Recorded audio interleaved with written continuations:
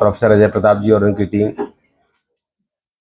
मंचस्थ Shri doctor Sunil Kumar ji, प्यारे विद्यार्थियों,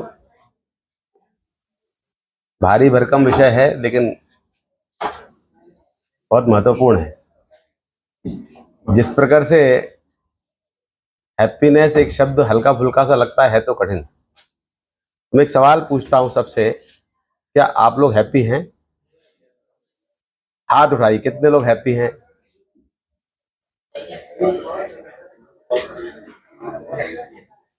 काफी कम है, लेकिन मुझे लगता है 50-60% हाथ उठ रहे हैं।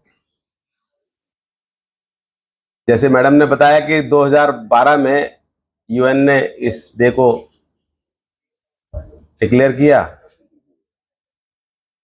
वास्तव में वर्ल्ड हैप्पीनेस रिपोर्ट, जिसकी आज बहुत चर्चा विस्तृत रूप से प्रोफेसर अजय ने की, तो मैं जानना चाहता हूं कि आखिर ये कौन से पैरामीटर हैं जिसके आधार पर भारत को यह सिद्ध कर दिया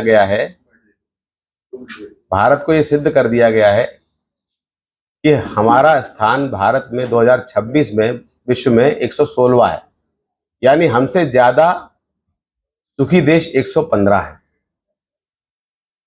कौन कौन से कारण हैं जिसके आधार पर हमको मापा जा रहा है? तो पहला है कि जनसंख्या और जीडीपी का अनुपात। जितनी ज्यादा आपकी जीडीपी होगी और जितनी कम जनसंख्या होगी, उतने ज्यादा आप सुखी होंगे, ऐसा विश्व कह रहा है। मतलब क्या है? आपके हाथ में जितना पैसा होगा उतना ज्यादा आप सुखी होंगे। तो मैं पूछता हूं, क्या केवल पैसा ही सुख देता है क्या? पैसा सुविधा देता है, सुख का कारण तो कुछ और है। और इसमें अगर हम टेक्निकली बात करेंगे तो टोटल वेटेड मीन है। अगर स्टेट्स में बात करेंगे, वेटेड मीन में इसका 25 से 30% वेटेड मीन है। यानी जो कारण है, 25% कारण तो इस पर ही निर्धारित है कि किसी देश में ज्यादा पैसा है तो 25% आपने बाकियों से आगे आपको। दूसरा का है सोशल सपोर्ट। सोशल सपोर्ट का मतलब है जब कभी कष्ट हो, संकट हो, तो हमारे दिमाग में कुछ ऐसे नाम आते हैं क्या कि उससे आप मदद मांग सकते हैं क्या? तो अच्छा कारण है, बात तो सही है। कष्ट में अगर हमको कोई, मैं तो कहता हूं कष्ट ही नहीं आए, जरूरत ही नहीं पड़े, लेकिन कष्ट में अगर हमारे पास कुछ 8-10 नाम हैं तो हम उसको सुखी मानते हैं, ऐसा विश्व कहता है। फिर healthy life expectancy, quality of life, health service, हमारे जीवन की क्वालिटी, गुणवत्ता। तो गुणवत्ता के क्या क्या पैमाने हैं? क्या हमारे घर में टीवी, फ्रिज हो, मकान बड़ा हो, हाथ में मोबाइल हो, इंटरनेट 24 घंटे हो, ये लाइफ एक्सपेक्टेंसी। दूसरा है क्या अस्पताल ज्यादा हो?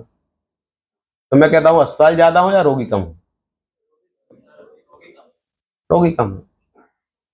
और हमारी जो क्वालिटी ऑफ लाइफ है, क्वालिटी ऑफ लाइफ के क्या ये पैरामीटर है क्या? फिर तीसरा है, हाँ, जो सवाल ये कि हम पिक्चर देख रहे थे आनंद, उसमें कहते बाबू मोशा है, जिंदगी बड़ी होनी चाहिए, लंबी नहीं होनी चाहिए। इसका मतलब क्या है? लंबी ना हो, लेकिन तो फिर हम वहां तो ताली बजाते हैं, और यहां हम क्या कह रहे हैं कि हमारी जिंदगी बड़ी, लाइफ एक्सपेक्टेंसी ज्यादा होनी चाहिए, ज्यादा जिए। फिर चौथा है freedom to make life choices, निर्णय लेने में स्वतंत्रता। तो सबसे ज्यादा खुश कौन है हमारे बीच में? हमारे यहां सबसे ज्यादा खुश है जो बच्चा है। क्यों है? क्योंकि वो अपने डिसीजन खुद नहीं लेता। और हम लोग दुखी है, जब हम डिसीजन लेने की बारी आती है तो हम दुखी हो जाते हैं। तो बच्चा खुश है कि हम खुश हैं? तो हैप्पीनेस का पैरामीटर चौथा ये इन्होंने तय किया है। फिर पांचवा है उदारता, जेनरोसिटी। तो विश्व की जो उनकी परिभाषा है, जो दान है, सहयोग है, परोपकार की भावना है, ये बात सही है। उनका ये पैरामीटर खरा उतरता है। हम लोग कहते हैं कि दान में ही हमको सुख मिलता है। और अंतिम है परसेप्शन अबाउट करप्शन, सरकार की संस्थाओं पर भरोसा। तो सरकार की संस्थाओं पर भरोसे में भी हम लोग पीछे हैं, ये बात सही है। तो इस कारण से, लेकिन आप देखेंगे कि जो टोटल वेटेड मीन का जो भार है, अगर आप कैलकुलेट करते हैं तो सबसे ज्यादा हम किस पे आते हैं? जीडीपी और पॉपुलेशन के, यानी कि जो जिस देश में ज्यादा समृद्धि, ज्यादा पैसा होगा, उनको हम ज्यादा सुखी मान लेते। अब नाउ वर्ल्ड इज कंफ्यूज्ड, विश्व में बड़ा कंफ्यूजन है।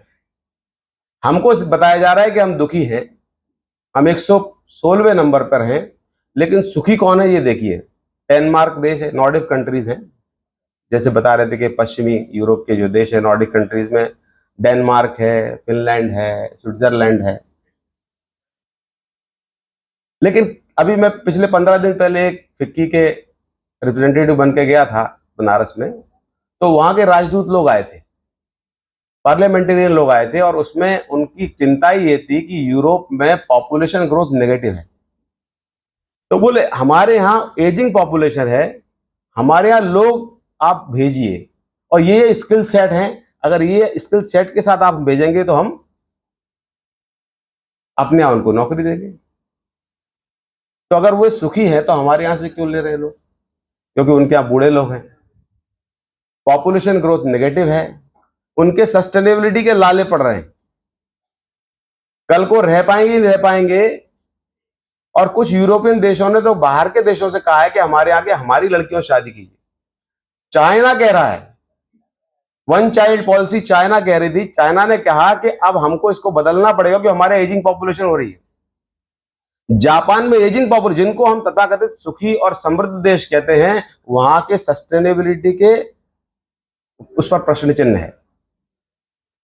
भारत की स्थिति, जब 2017 में ये जो टैक्स के सुधार हुए थे ना, तो टैक्स के सुधारों में हम 122वें नंबर पे थे 2017 में, अब हम 116वें नंबर पे आए हैं। तो टैक्स तो बहुत ज्यादा कलेक्शन हो गया हमारे पास, लेकिन सुख की जो कल्पना है वो उतनी नहीं, क्योंकि विश्व हमको आंक रहा है कि हम दुखी हैं। मैं आपसे पूछ रहा हूं आप सुखी हैं, आप कह रहे हैं सुखी हैं, लेकिन विश्व हमको कंफ्यूज कर रहा है कि हम दुखी हैं, और हम उन्हीं रिपोर्ट को पढ़ के आपस में चर्चा कर रहे हैं कि हमसे 115। और आप बताएं आपके आगे कौन कौन लोग हैं? आपके आगे पाकिस्तान सुखी देश है, आपके आगे बांग्लादेश है, आपके आगे इराक है, अफगानिस्तान है, आपके आगे ईरान है। तो ये कौन से कैलकुलेशन है? हमारे पास मजबूत पारिवारिक व्यवस्था है, हमारे पास सांस्कृतिक मूल्य है, हमारी आध्यात्मिक परंपरा है, फिर हम पीछे क्यों हैं? हमें कारण इसका कारण क्या है? ऐसा नहीं कि हम बहुत एकदम, कई सब लोगों ने तो हाथ नहीं उठाया था कि हम सुखी हैं। हमारे यहाँ है आर्थिक असमानता है, हमारे यहाँ शहरीकरण है, जो जीवन की आपाधापी है। बड़े बड़े शहरों में आपको चेहरा मुस्कुराता नहीं, कारण क्या है? कि वो परेशान है उस आपाधापी में। और ये शहरीकरण भी देन किसकी है? पश्चिम की देन है। तो विश्व क्या कंफ्यूज्ड है, किसको? वो जिसको सुखी कहते हैं, हम कहते हैं उससे दुखी कोई है नहीं, क्योंकि उनकी सस्टेनेबिलिटी आज प्रश्न चिन्ह लगा हुआ है। जिनकी नेगेटिव पॉपुलेशन ग्रोथ है, और जापान जैसे देशों में आत्महत्या की दर बूढ़े लोगों में बहुत ज्यादा है, इतनी समृद्धि होने के बावजूद भी। मैं आपको छोटा सा उदाहरण देता हूं। अभी जो कोविड-19 हुआ, कोविड-19 में सबसे ज्यादा मौतें मालूम कहां हुई हैं? सबसे ज्यादा मौतें यूरोप में हुई, सबसे ज्यादा मौतें अमेरिका में हुई। अमेरिका के मैं एक आपको आंकड़ा देता हूं। अमेरिका की जो जीडीपी है उसका साइज 27 से 28 ट्रिलियन डॉलर है, और भारत का जो जीडीपी का साइज है, भारत का जीडीपी का साइज अभी 3.7 के आसपास है ट्रिलियन डॉलर। हम उनसे 7 गुना कम हैं, और वहां की पॉपुलेशन है 33 करोड़ और भारत की पॉपुलेशन है 145 करोड़। वहां की पॉपुलेशन हमारी पॉपुलेशन में जमीन आसमान का अंतर है, और वे अपने सोशल सिक्योरिटी में कितना पैसा अपने टोटल बजट का करते हैं पता है? 19.5%। सोशल सिक्योरिटी मतलब जिसमें जो हम लोग वजीफा वगैरह देते हैं, हेल्थ सेवाएं देते हैं, इंश्योरेंस देते हैं, सब देते हैं, 19.5%।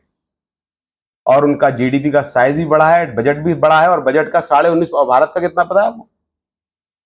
भारत का है 1.45%। कहा 19.5% और 1.45%। और कोविड में उनकी जो मृत्यु हुई वो मालूम कितनी हुई है? पहले तो प्रभावित हुए 33 करोड़ में से 10 करोड़ लोग इन्फेक्टेड हुए अमेरिका में, और भारत में कितने हुए? 5 करोड़। 145 का 5 करोड़ और 33 का 10 करोड़, आप अनुपात समझ लीजिए। और उनमें से उनके यहां डेथ कितनी हुई? 10 करोड़ में से 10 लाख लोग मरे, और हमारे यहां 5 करोड़ में से 5 लाख लोग मरे। जब आप इतना पैसा लगा रहे हो, और ज्यादातर लोग को मरने का मालूम क्या कारण था? यही जो डिप्रेशन, एंजाइटी, क्योंकि उनके यहां की पारिवारिक व्यवस्था अलग है। पारिवारिक व्यवस्था का मतलब यह है कि न्यूक्लियर फैमिली है, फैमिली सपोर्ट नहीं है। और फैमिली सपोर्ट नहीं है, आज आप देखिए आपके घर में आपके जो नियर एंड डियर थे, वे अगर बीमार पड़े तो किसने उनका ध्यान रखा? उसने ध्यान रखा हम लोगों ने। हमने उनको आइसोलेशन में रखा, लेकिन घर के अंदर ही रखा, हमने उनकी सेवा की। और यूरोप में बहुत सारे वीडियो आज आप देख लेंगे कि जवान जवान बच्चों ने अपने बूढ़े माँ बाप को उनके घर में छोड़ दिया, और छोड़ने के बाद मिलने नहीं गए, और मिलने के बाद जब मिलने नहीं गए तो डिप्रेशन के कारण उनकी मौत, जीने की इच्छा खत्म हो गई। तो ये क्या है? हैप्पीनेस में क्या है? लोनलीनेस और अनहैप्पीनेस, इसको कहेंगे अकेलापन और अनहैप्पीनेस। भारत का दर्शन थोड़ा अलग है। हम कहते हैं सुख और सुविधा दो अलग अलग वेरिएबल हैं, दो अलग अलग कारण हैं। सुख के बहुत सारे कारण हैं, सुविधाएं भौतिक हो सकती हैं, लेकिन सुख के लिए पर्याप्त नहीं है। आपको कुछ भी दे दिया जाए, लेकिन अंदर से आप सुखी नहीं होंगे, मन आपका अच्छा नहीं होगा। आपका अच्छा मोबाइल, अच्छा लैपटॉप, अच्छा टीवी, अच्छा प्रोग्राम, अच्छा इंटरनेट आपको सुखी नहीं बना सकता। भारतीय दर्शन कहता है संतोष परम सुखम। हमारे एक बचपन के सर थे, उनका नाम संतोष सर ही था, कक्षा 4 में था, मुझे याद है। और उन्होंने कहा था कि संतोष ही सबसे बड़ा धन है, इसलिए मुझे याद रह गया। तब मुझे बात समझ में नहीं आई थी। आज इस एज में मुझे लगता है कि सचमुच संतोष सबसे बड़ा सुख है। भगवत गीता में भी कहते हैं कि कर्म करते रहो, फल की इच्छा मत, अपना कार्य करो। योग और ध्यान आंतरिक शांति देता है। हमारे सुख का मेन कारण क्या है? उसमें है बैलेंस, कंटेंटमेंट एंड रिलेशनशिप, संतुलित जीवन, संतोष और हमारे आपसी संबंध, पारिवारिक संबंध और सामाजिक संबंध। महाभारत के शांति पर्व का एक बहुत अच्छा श्लोक है, धर्मादर्थ प्रभवित धर्मात् प्रभते सुखम, धर्मेण लभते सर्वम धर्म सार मिदम जगत। इसका मतलब यह है कि धर्म से समृद्धि आती है, धर्म से वास्तविक सुख आता है, धर्म के माध्यम से सब प्राप्त होता है। शास्त्रों में एक और श्लोक है, उसका छोटा सा वाक्य है, धर्मादर्थ प्रभवित धर्मात् प्रभते सुखम। इसका मतलब है कि सच्चा सुख केवल भारी साधनों से नहीं, बल्कि धर्मपूर्ण जीवन से आता है। एक बड़ा अच्छा श्लोक है, और वह ईशोपनिषद का पहला श्लोक है। उसमें आपको सुख की कल्पना है। सुख की कल्पना में ईशावास्यम मिदम सर्वम यत् किंचित जगत्यान जगत येन त्यक्तेन भुंजिता मा कस्य स्विद्धनम। ईशावास्यम मिदम सर्वम, इस कण कण में, इस जगत में और पर जगत में, दोनों में कण कण में ईश्वर का वास है। ईशावासम इदम सर्वम यत् किंचित जगत, जो भी इस जगत्यान जगत यानी कि परमेश्वर, परमेष्टि और यथेष्टि दोनों में, तेन तक्तेन भुंजिता, ये मुख्य आधार है। तेन तक्तेन भुंजिता का मतलब है त्याग की भावना से उपभोग करो। त्याग की भावना से उपभोग करने का मतलब है कि हमें उपभोग ऐसे करना है कि अगले आने वाली पीढ़ी के लिए भी कुछ बचे। तो जब आपके दैनिक कार्यों में थोड़ा थोड़ा त्याग होगा तो आपको सुख प्राप्त होगा। तो इसलिए संपूर्ण जगत में ईश्वर व्याप्त है, पहला बात। दूसरा है त्याग की भावना से उपभोग करना चाहिए, और किसी के धन और संसाधन में आप लोभ करेंगे तो आपको सुख की प्राप्ति नहीं होगी। ये जो सुख है ना, इसकी कोई डेस्टिनेशन नहीं है, ये एक जर्नी है। आज आप सुखी हैं, 1 घंटे बाद आप दुखी भी हो सकते हैं, लेकिन जब त्याग करते हैं, दान करते हैं, तब करते हैं, तब आपको सुख की अनुभूति ज्यादा समय तक रहती है। सुख इसलिए आपको रोज के रोज कमाना रहता है, वो भी त्याग की भावना से। ये जो सुख है ना, ये हम बाहर से कहीं नहीं लाते, हमारे अंदर ही रहता है। यदि हम संतोष रखेंगे, दूसरों की मदद करेंगे और जीवन को संतुलित बनाएंगे, यानी कि सुख का आधार 3 वेरिएबल है, संतोष, त्याग और संयम। और इसलिए वर्ल्ड कंफ्यूज्ड है। ये जो वर्ल्ड हैप्पीनेस की रिपोर्ट बता रहे थे ना, हमारी आबादी कितनी है? 145 करोड़। कितने लोगों से सैंपल साइज क्या था पता है आपको? मैं अभी अन्नू मैडम से कह रहा था, आप चेक करो जरा। तो मैडम ने गूगल किया और देखा कि केवल भारत के 1000 लोगों से पूछा गया है और 145 करोड़ पे वो थोप दिया गया है उस हैप्पीनेस रिपोर्ट को, कि हम 1000 लोगों से पूछ रहे हैं और 145 करोड़ को लोग कह दे रहे हैं कि आप सुखी नहीं है, आपका नंबर 116वां है। और इसीलिए इराक, ईरान, अफगानिस्तान, पाकिस्तान, बांग्लादेश, जहां पर त्राहिमाम मचा हुआ है, जहां की सरकार अस्थिर है। और ये 6 कारण जो मैंने आपको वेरिएबल बताए, क्या ये इस स्केल में समस्या तो नहीं है? हमारी मापनी कुछ गड़बड़ तो नहीं है? विश्व हमारे मुंह में शब्द डाल दे रहा है कि आप दुखी हैं और हम भी कह रहे हैं, हम भी उसको कोट कर दे रहे हैं कि हमारा नंबर 116वां नंबर है। आपको कभी भी एज ए रिसर्चर कभी भी इस प्रकार के प्रश्न आपसे पूछे जाते हैं, अगर कोई रिपोर्ट अखबार में आती है तो सबसे पहले देखिए इसके क्राइटेरिया क्या है, और वो क्राइटेरिया अगर आपने देख लिया तब आप कहिएगा वाकई ये कारण है क्या? क्या पैसा सुख देता है कि सुविधा देता है? पैसा सुविधा देता है, सुख नहीं देता। छोटे छोटे परिवार हैं, परिवार टूट रहे हैं क्योंकि फैमिली सपोर्ट नहीं है। एक स्टडी 15 साल पुरानी बता रहा हूं कि बेंगलोर में आईटी कपल्स के बच्चे नहीं हो रहे। 37% आईटी कपल्स के, 15 साल पुरानी बात तो और बढ़ गया होगा, बच्चे नहीं हो। क्यों नहीं हो रहे? या तो हो नहीं रहे या करना नहीं चाह रहे। करना नहीं चाह रहे उसके कारण 2 हैं कि कौन आके देखभाल करेगा। भाई लड़की कहती है कि तो अपने पिताजी को बुलाओ, हमारी मां नहीं आ सकती। मां बेटा कहता है कि तो अपनी मां को बुलाओ। और न्यूक्लियर फैमिली है। ये जो कारण, ये पूरा भौतिकवाद है। और उसी विश्व, मैंने कहा विश्व कंफ्यूज क्यों है? विश्व कंफ्यूज इसलिए है कि उसको सुख की कल्पना ही नहीं है। आज भी वो सुख किस में देख रहे हैं, हैप्पीनेस किस में देख रहे हैं? भौतिक चीजों में देख रहे हैं, आध्यात्मिक चीजों में सच्चा सुख है। अब परिवार अलग हो जा रहे हैं। परिवार अलग क्यों हो रहे हैं? क्योंकि आपसी, एक तो मजबूरी है, बाहर कमाने जा रहे हैं, और दूसरा किसी को रखना नहीं चाहते। आपको एक बात और बताऊं आपको कि बेंगलोर की मैं एक स्टडी पढ़ रहा था कि घर में किचन लोगों ने बनाना बंद कर दिया। घर के 2 केंद्र हैं जहां से पूरा परिवार जुड़ा रहता है, एक पूजा स्थल, दूसरा किचन। और उन्होंने कहा कि जब दोनों ही कपल बाहर के रह रहे हैं तो किचन बोले बनाने की जरूरत ही नहीं है, इसकी जगह इनका कमरा बड़ा कर दो या किचन खत्म ही कर दो। और पूरे बिल्डिंग के अपार्टमेंट में नीचे बेसमेंट में एक उन्होंने कॉमन किचन बना दिया है, वहीं वॉशिंग मशीन लगा दी है, वहीं किचन बना दिया है। और ऊपर कमरे में जहां अपना फ्लैट है वहां छोटा सा माइक्रोवेव आ गया। यही किचन है। पैकेट फूड आया और गर्म कर दिया। अब जो बच्चा पैदा हो रहा है, स्कूल से लौट के आता है तो घर में ताला है। संडे को भी बाप रहते हैं तो कहते हैं बाहर से स्विगी जोमेटो से मंगा लो। पत्नी को पति की इसलिए जरूरत नहीं कि सब्जी वब्जी लाता था, जरूरत नहीं, स्विगी जोमेटो आ रहा है। पति को पत्नी की इसलिए जरूरत नहीं है क्योंकि खाना ही तो बनाती थी, इसलिए स्विगी जोमेटो ला रहा है। तो हमारा जो रिप्लेसमेंट है वो क्या हो गया? और बच्चा क्या हो रहा है? बच्चा क्या कह रहा है? आप देखिए, सुनिए, आप समझिए, आपको कैसा भविष्य देना है वो मैं बता रहा हूं। आपको सबको माँ बाप बनना है। आप बच्चा, जब आप बताइए, आपको याद होगा दिवाली होली पे जब आप घर पे स्कूल से आते थे तो घर में गुजिया बनती थी, उसकी खुशबू आती थी।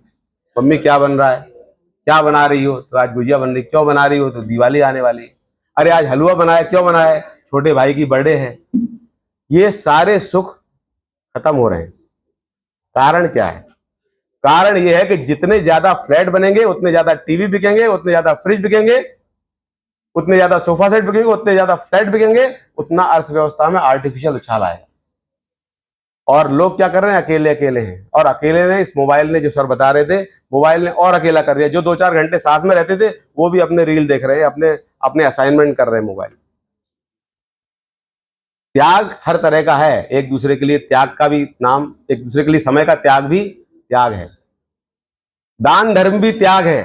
दूसरे को क्षमा करना भी त्याग है। तो मूल मंत्र क्या है? मूल मंत्र है त्याग, समर्पण, धर्मानुकूल आचरण। ये जो रिपोर्ट है, अब मुझे तो नहीं पता उसमें सारे पैरामीटर तो खराब नहीं है, लेकिन कुछ पैरामीटर ऐसे हैं जिसमें we have to rethink about this. अगर हम इनको देखेंगे तो हमें समझ में आएगा। कभी भी कोई भी रिपोर्ट आए, क्योंकि बना सारा वेस्टर्न आइडियोलॉजी के लोग रहे हैं और वो भारत को समझ ही नहीं रहे हैं। और हम लोग जो भी रिसर्च कर रहे हैं, अब मान लीजिए इसी स्केल को लेके आप भी रिसर्च कर देंगे तो हम क्या कहेंगे, विश्व को हम बताएंगे कि हम भी आप ही के जैसे हैं, जबकि विश्व कह रहा है कि यह भारत बाकियों से कुछ अलग है। तो वह अलग क्या है? वो हमारा अध्यात्म है, हमारा त्याग है, हमारा समर्पण है, हमारा धर्म है।